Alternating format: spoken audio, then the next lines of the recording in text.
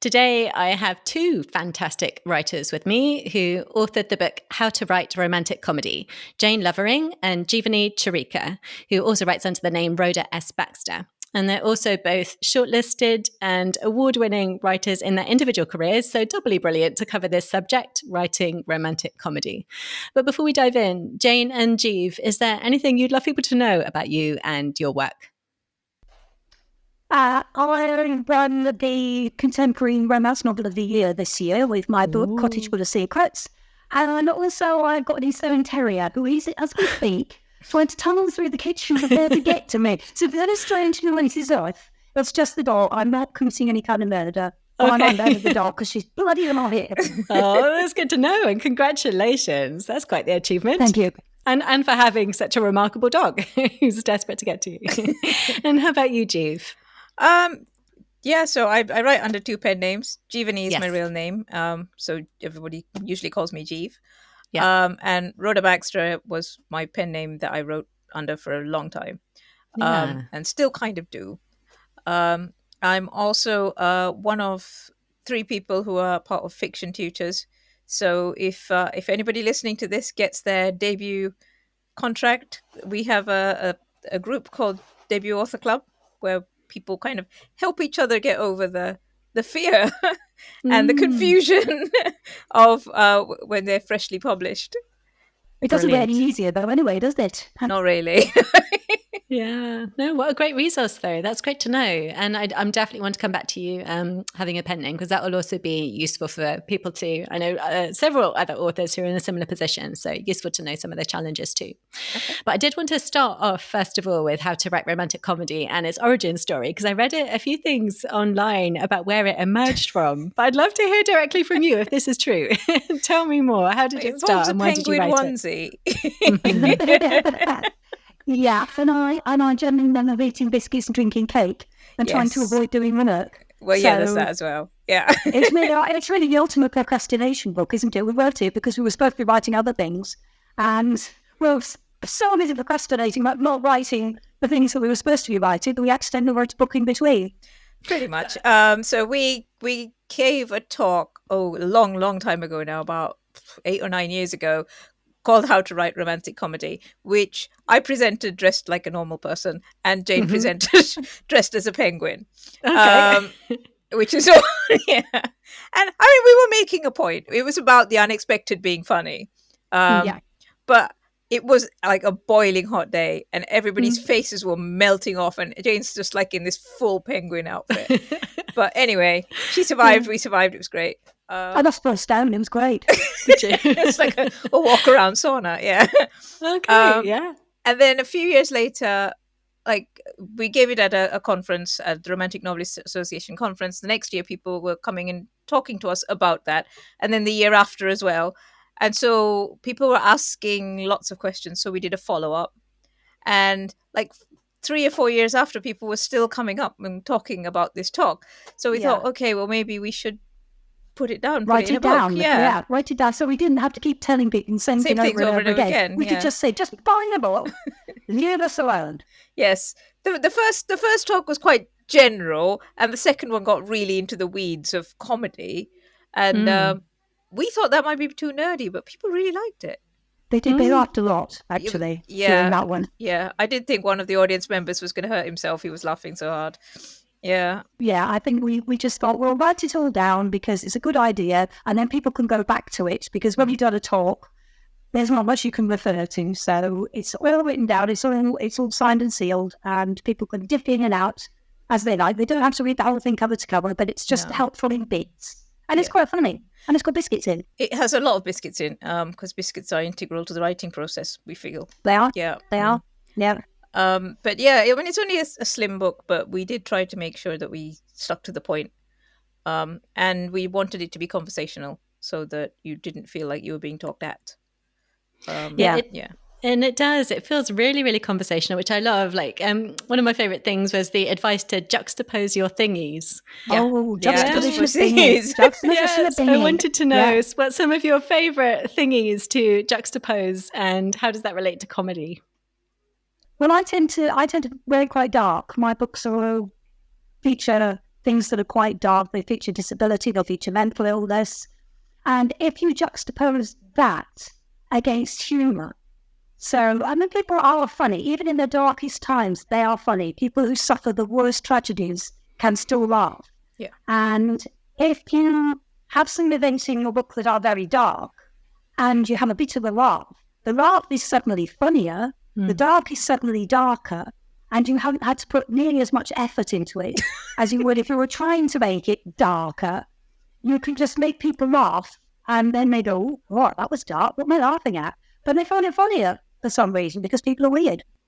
Well, it's that tension release, isn't it? Because there's that theory that laughter is a modified fear response, and you just kind of build the tension, and that gets released when you laugh. So you're ratcheting up the tension in the dark bits, so that when you have an unexpectedly light bit, it feels funnier than it should be. So I do occasionally touch on darker subjects, but mine tend to be more kind of cupcakes and. And I'd love to know for you both, what are some of your favourite tropes in romantic comedy, either that you like to use, or it could be the converse, ones that you feel are a bit overused or need kind of breaking apart a bit? Ooh, I wouldn't say it's something that's overused and needs breaking apart, but people love enemies to lovers, and I cannot get my head around it. That's what I was going to say. Yeah. Okay. When somebody said something bad to you or bad personally about you, you can never forget. You can't forgive that. There's never going back. So no, it's not my favourite either. Right. Yeah. Why can't people over that? It's interesting, isn't it? Because it's so subjective, and it can be quite divisive, but it's also great because everyone then gets to have their favourites. So I'd love to ask you particularly about building heroines, because I think this can be an interesting area in romantic comedy too. What are some of the ways that you like to think about building your heroines, and as it relates to comedy? Because there's so many different ways to come at that, and so many things that we've seen. They just show up. They show up, yes. They show up, and then as you write them, you get more into who they actually are. Quite often, they don't actually show themselves until you've been writing for quite a way.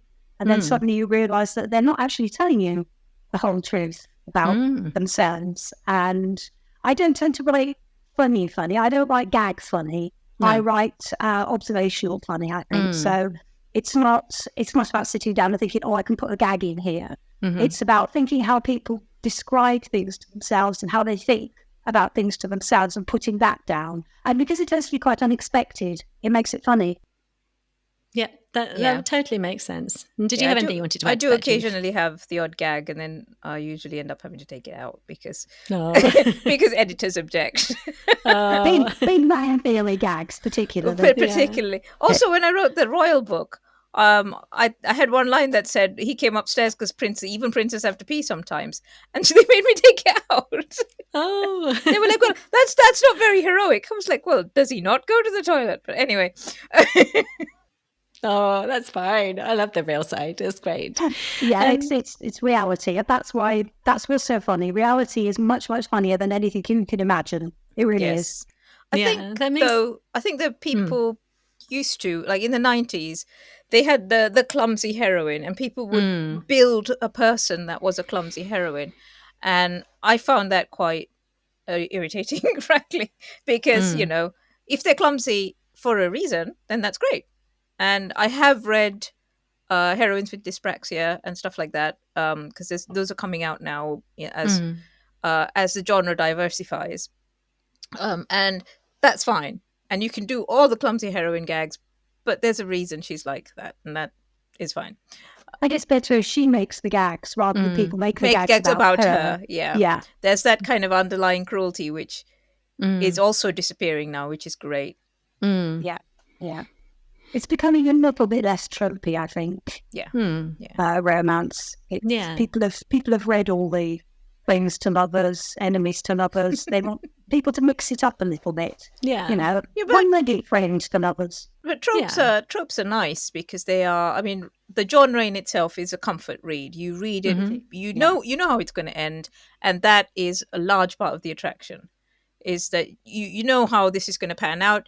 You know that no matter what happens, it's all going to be okay in the end.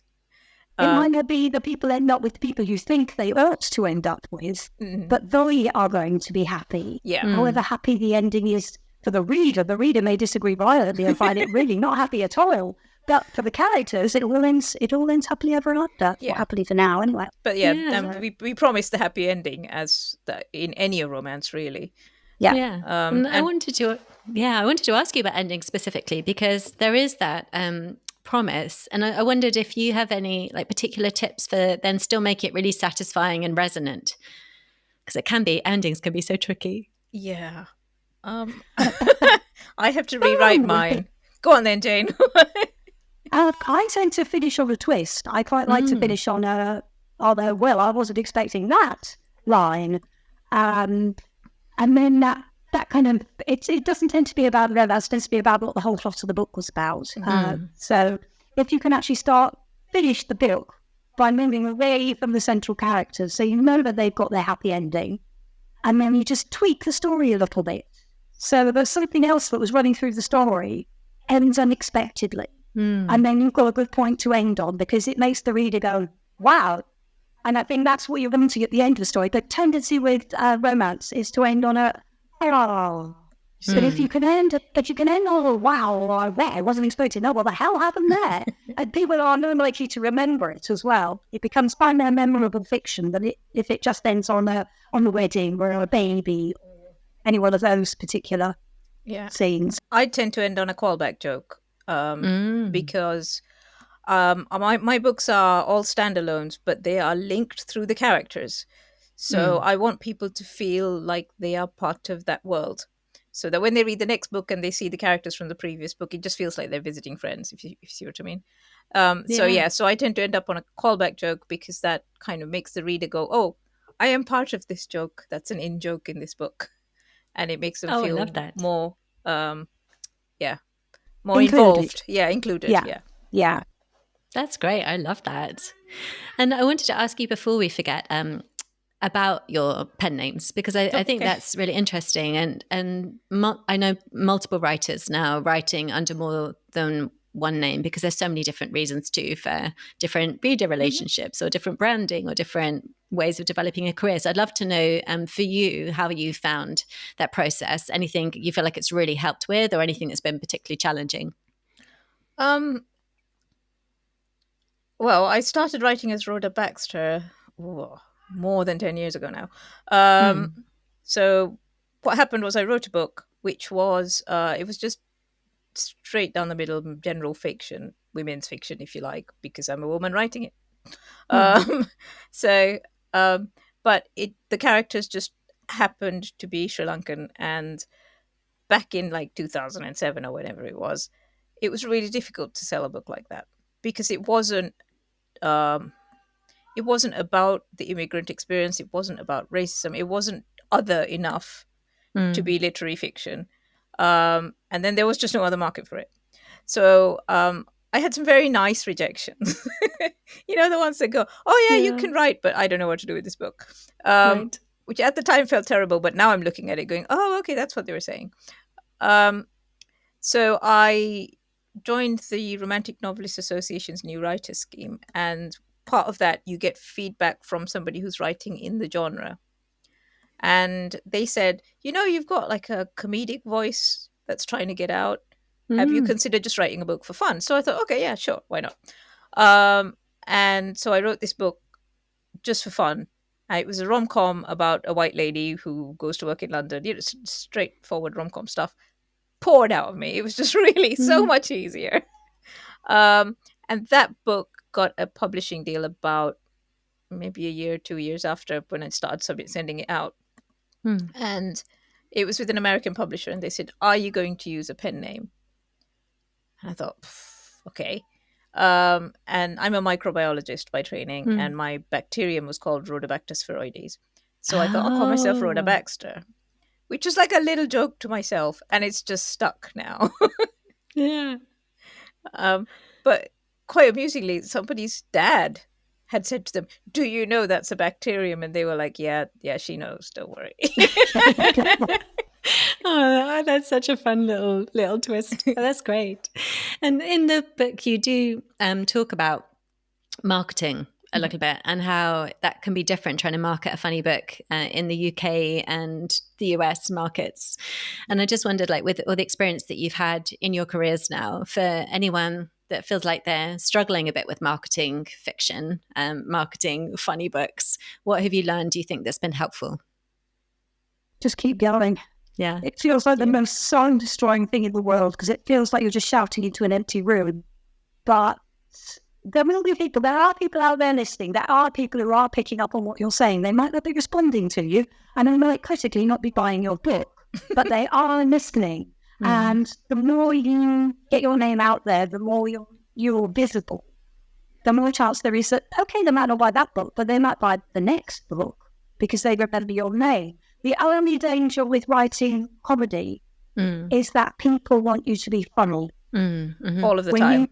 All of the time. When you go out there and you do anything in public, the pressure to perform is enormous. Because if you've written funny and people wanted to buy what you've written, then you stand there being the advert for your own books. And if you're not a naturally funny person, then maybe it might be a good idea to pay somebody who is a naturally funny person to get out there and do your marketing for you, because it can be very difficult, particularly if you're being really miserable, really depressed, to stand up and sell a book that is actually quite funny. So it's kind of like, yes, you really, really have to like to perform to sell a funny book, because people expect you to be funny, just like they expect comedians to be funny. They might not even be reading their own jokes, but we expect them to be funny. We expect them to be the life and soul of the party. And if they're not, we're disappointed. And I think that carries over a little bit into marketing books. Yeah, with two names, you get that name recognition thing gets split. And that's quite difficult. So I'm quite open about the fact that I have two pen names. I started off with the best of intentions with two different profiles. It was just too much work. Yeah. So now my profiles contain both names, and it's quite clear that I'm the same person. But I have my Rhoda readers and I have my Jeevani readers, and there's a bit of crossover, but not as much as you'd expect. And yeah, to the point about being funny and people expecting you to be funny. I write funnier the darker the things are in my life, because it's my escape.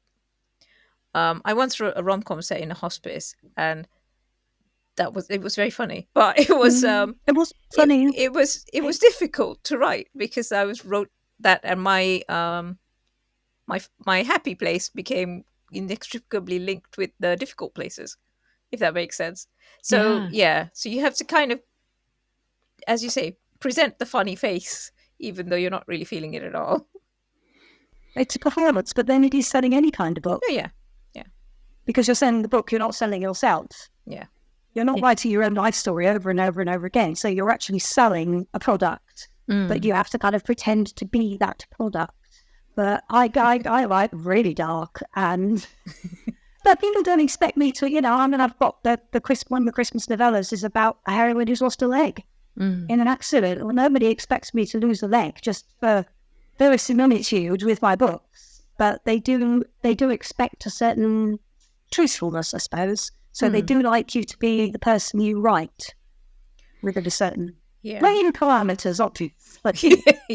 I mean, imagine if you write crime, they don't expect you to actually go around murdering people. So but they expect you to think like a policeman. If you write crime, you are expected to have a very analytical, because you're not writing, well, generally you're writing, police and crime and detection things, and they expect you to be quite analytical, apparently. I don't know, that's why I don't write crime. Yeah, that's super interesting to think about. So many things I haven't considered before. So thank you. Lots of food for thought there. And I'd love to know for both of you, what are some of your favourite characters in romantic comedies, whether that be books or movies? What characters come to mind that you've really enjoyed reading or watching? And what is it, do you think, that you really like about them? Ooh. I could tell you... Oh, sorry. Yeah, go on, you go. I was going to say, I could tell you about a series of books which I've just finished reading. It's called The Bromance Book Club, and it's about these like really blokey, hockey-playing, really alpha kind of guys, but they've all decided that the reason they're still single is because they're a bit crap with love. So they start reading romance books to learn. Oh, I love that. And I'm just like, I'm so jealous. I wish I'd come up with the concept. But the blokes are so blokey and the women are so like partially exasperated with them. They're just so realistic and funny because in a natural way. So it's not gag funny. The way they interact is how you would expect people to interact. And that is funny. So yeah, the Bromance Book Club by Lisa K. Adams. Love the series. Just finished it. Oh, that's a great recommendation. What about you, Jane? What comes to mind for you? I know it could be sport for choice. The other thing that speaks to mind for me is Jane Austen's heroines. Oh, I absolutely love the mannered, wonderful, almost repressed nature of the romance in it. But they're not really romance books either. They're social commentary, and that's why I really love them, because they are taking what makes people so ridiculous and sort of holding it up. And that's what I like doing in my books. That's what I think a lot of the humour comes from in my books. It's just pointing out just how ridiculous people can be. And I think that's why I relate to her heroines, except I can't do the frog. Yeah. But there's quite a lot with Jane's books, because I've read nearly all of them now. Apart from like Slightly Fox. It is me. I'm the one who's buying them, yeah. But yeah, there's often a character will do something and you think, oh yeah, I know somebody who would do that. And that's why it makes it funny. Yeah. I try to go for absolute reality. I write about people that you feel you could be these people, or you know these people, because they are absolutely, I try for absolute reality. So yes, they do go to the toilet in auspicious times. And mine aren't allowed, so. But not as a princess, you see, and I don't write about princes. I just write about really crap people, really. Well, so do I normally. It's just one prince, just the one prince. But just the one. It was only the one prince. Only the one prince. Yeah, I love it. And in the book, you mentioned, and you've mentioned it, Jane, as well, that you particularly like observational comedy, and you helpfully kind of draw attention to different kinds of comedy, whether that's character-based or situational. So I wanted to ask you particularly about physical comedy, if you don't mind, one of the ones that you mentioned, because you also mentioned sometimes it can be so challenging, you're asking the question, are you really getting onto the page or what you're picturing in your head? And I think with physical comedy, that can be quite challenging. So just any advice for people writing physical comedy into a scene? I think about whether you actually need it. When you can get around it by maybe somebody thinking, wouldn't it be funny if somebody did something? And then they can describe what they think that person might have done that wouldn't have been so funny, rather than have them actually do it. Because physical comedy is only funny to some people. And it's only funny if the people reading can picture exactly what you are writing about. And sometimes that means that you are just over-describing the scene so much that you lose a lot of the humour in it. So I would avoid it if at all possible, because it's just so difficult to get it right and to make sure that what the people are reading, what you want them to see, what they're envisaging exactly what you want them to see. Because if you miss just by a little bit, it's not funny at all. Oh, yeah, that's a good point. What do you think, Jeeve? Well, I think if you can nail it, then your books will do better in America. Okay. They like physical comedy in America much more than they do in the UK.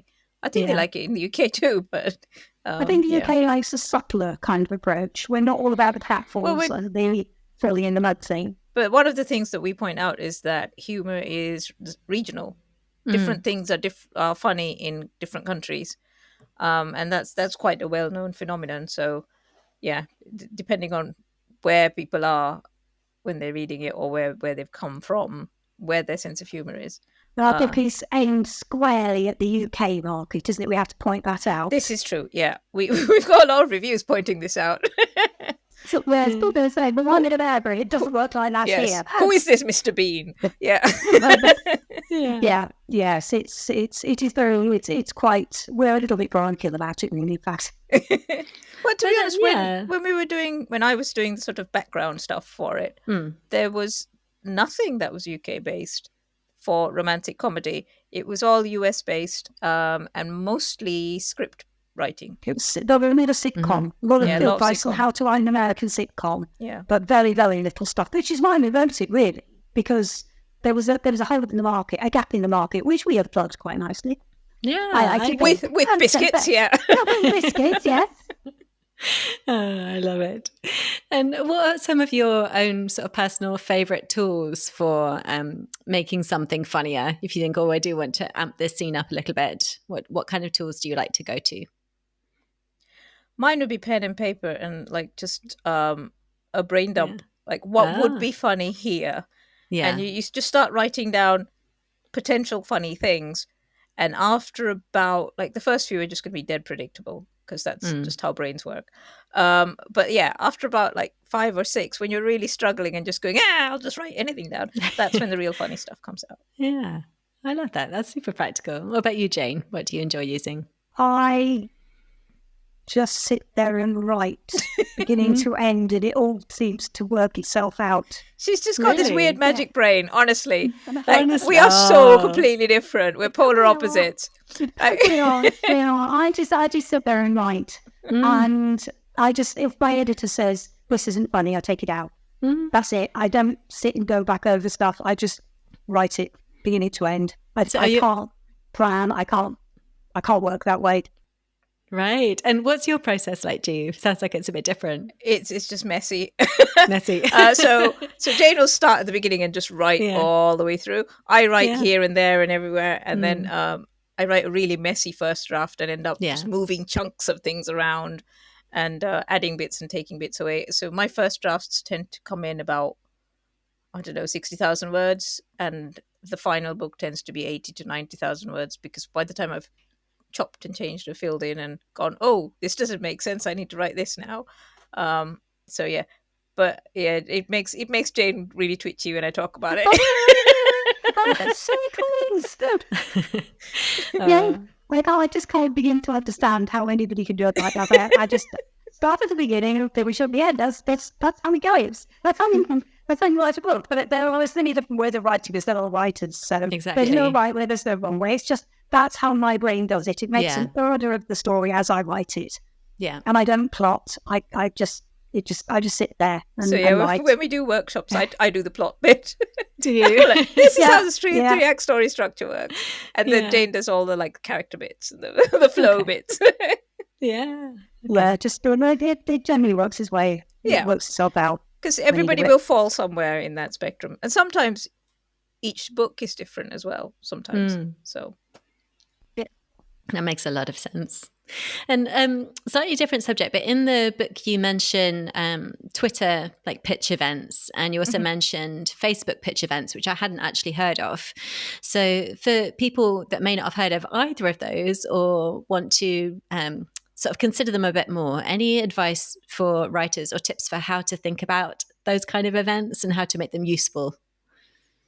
Well, mainly your elevator pitch thing, just constantly have it done and tweak it. So what they are a lot of publishing houses which normally only take agented submissions will have one day where they say, right, use this hashtag and tweet a pitch for your book. So you've got a really, really short space to pitch. And you have to include the hashtag as well. So, and then if they like it, you can, I think, DM them and get a submission link. And it's their way of opening up the submissions process, but keeping it manageable. But for you've got to make that pitch really, really shine. And it's really tricky. And also, as with any book submission, it's subjective. Different editors like different things and they'll be tickled by different jokes. You just don't know. But, it's a chance, and it's a chance that you wouldn't normally get if you don't have an agent. Yeah, that's really helpful. Thank you. And Jane, you say you don't plot and you write from beginning to end. Do you have the concept for your book ahead of time? No. So you'd have to do the pitch event after it was done. Really, yes. I am not very good at being concise. Okay. I just, when anybody says, because we have marketing meetings, my books, yeah, and my editor said, well, what's the concept for this book? yeah, and I just go, there's two people. There's two people. They meet. The end.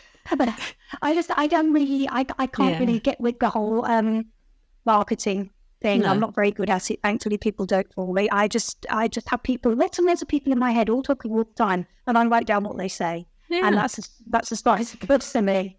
Well, it's working for you. And what about... So far, nobody's done me out yet. And what about with regards to editors for both of you? Anything that you've learned from working with editors, like just as in a sort of meta sense of things that's useful to know for people that maybe have not worked with editors yet because of where they are in the process, or would like more feedback on their work? What's been useful to you? Modifiers. Don't say just quite so often. Do a word search for words like just and almost, and check and see how many. If you've got into the hundreds, you've probably got too many, and you need to take them out. And insert the swearing. Oh, okay. Yes. And what about you, Jeev? How have you found working with editors, or that process? What's been helpful to you? Well, the first edit I had, it was just covered in red. But I learned quite a lot from that. And one of the most useful things that she told me was, she said, this scene, it only does one thing. And she said, every scene has to do two things at least. And then she was like, it can move the plot forward, it can deepen character, it can introduce a setting, all of these, but it has to do two things. So make it do something else. And now, I don't often edit as I write, but as I'm writing, I will think there is something wrong here. And it's usually, it's only doing one thing. So she helped me pinpoint something that I will fix before it goes to the editor now. I think you do start learning to edit in your head as you go. Yeah. The more you've been professionally edited, the more you kind of go, no, they're going to hate this. I won't put this in. They'll prefer sentences to be structured this way. I do a lot of sentence fragments because I write as I speak and I'm typing as I speak. And I have to then go back and punctuate a bit more and learn to breathe. And I do that now automatically because I know otherwise it will come back. And I'll have to repunctuate it. So I've started to do it automatically. Yeah. You don't really notice you're doing it until you sit down to think about it. Yeah. Just a couple more questions. I wanted to ask you how you think about conflict or other characters in your books. Because I think, again, that can be really interesting in romantic comedy, is what roles those other characters are fulfilling and what shape conflict takes. Okay. I mean, the easiest form of conflict is if they both want the same thing for different reasons, or they want something to end in different ways for their own reasons. So, yeah, there was a tip somebody gave me, which was make their character flaw the same thing, but from different angles. And so, so they kind of, there's the thing that they want, right? And the thing that they want is where you're going to get most of the external conflict from. But there's the thing that they need, and that too has to have some sort of give and take.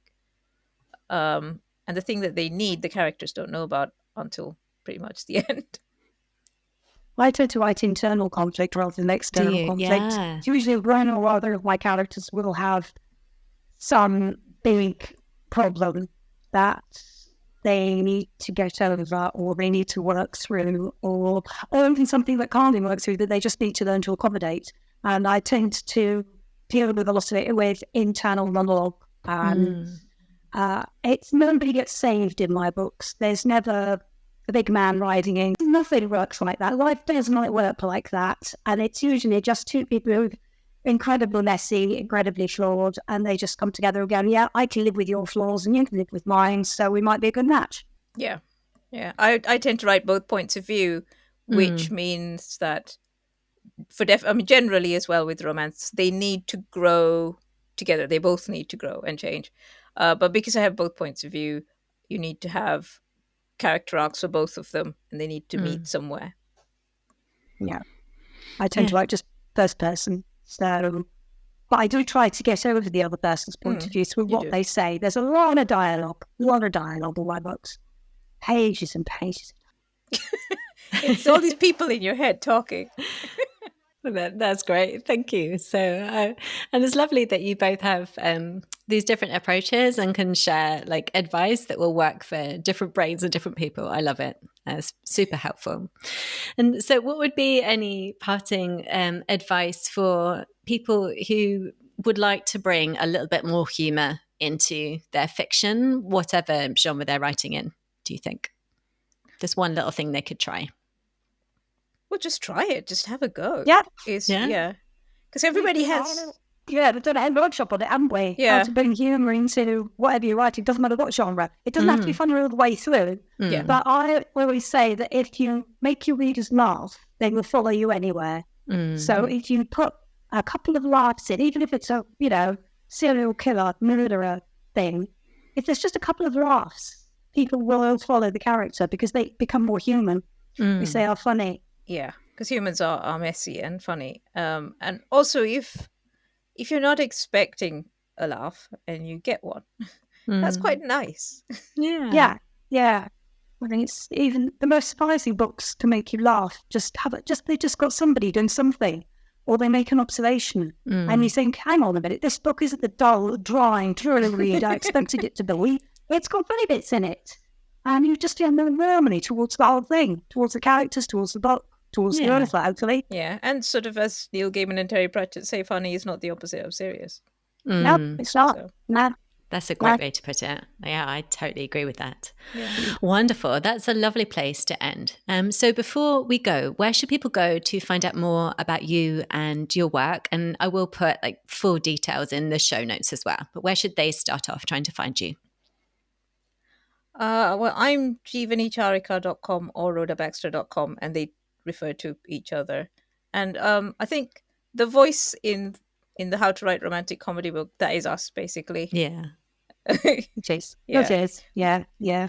I write as I talk, so... Yes, so do I mostly. I really loved that about it. It did really feel like, two friends like coming over with the tea and the biscuits and telling you some good stuff. So you totally achieved that.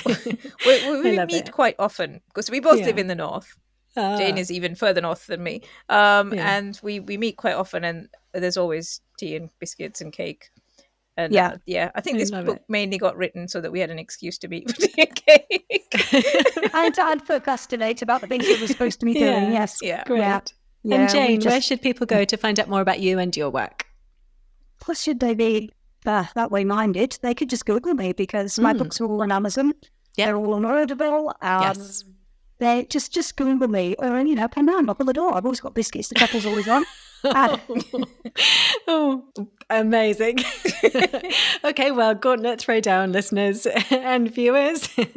A date with a terrier and tea and biscuits. But thank you. You've been such great company and on this interview and shared so many really practical tips in such a lovely, real way, which I really appreciate, and I'm sure that listeners will too. Thank you so much for your time, Jane and Jeeve. Thank you for having us. Thank you for having us.